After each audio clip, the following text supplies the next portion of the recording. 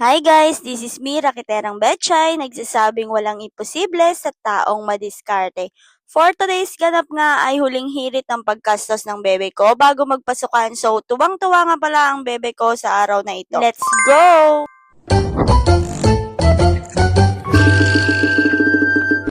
Ilang araw na nga pala ang nakalipas mga mi bago nga pala naganap tong bidyong ito kasi super dami ng kaganapan bago pasukan. Sa araw na ito nga pala ay gagastos na naman kami. Pero for today's ganap may bagong recruit nga pala ang bebe ko. Sinama nga rin pala namin ang bebe niya. At ayan na nga, vlogger na din pala yung bebe ko. Tuwang-tuwa nga siya dyan at gold nga daw yung nahanapan niyang batong maliit. Huy, tago mo yan anak, baka dyan na tayo mama. At ayun na nga, nag-giveaway nga pala sa upuan ng bebe ko. O diba? Akala mo talaga hindi siya antukin eh. Pero gaya nga ng sabi ko, hindi ko alam kung anong meron sa tricycle at lagi siyang inaantok. Dedan, di ba? Hindi ko talaga alam kung anong meron sa tricycle at talagang natutulog ito tuwing sasakay kami ng tricycle. Gaya nga ng sinabi ko, automatic na yan, matutulog yan pag nakasakay ng tricycle. Di nga lang pala ang bebe ko ang gagastos for today's ganap pero kasama nga pala namin yung kulay. Gaya nga ng sabi ng karamihan, bakit kaya ang gasol natin laging nauubusan tuwing may pagkakagastusan din tayo. Uy, nakikiramdam din yan. So, ayun na nga mga mi, bago ang lahat, dumaan muna kami sa pakargahan ng gasol at baka maubusan kami ng pangpakarga. Siyempre, unahin natin ng gasol, baka hindi tayo kumain ng ilang araw kung hindi tayo magpaparga. Hindi pa naman ako pwedeng magutuman, Cherise.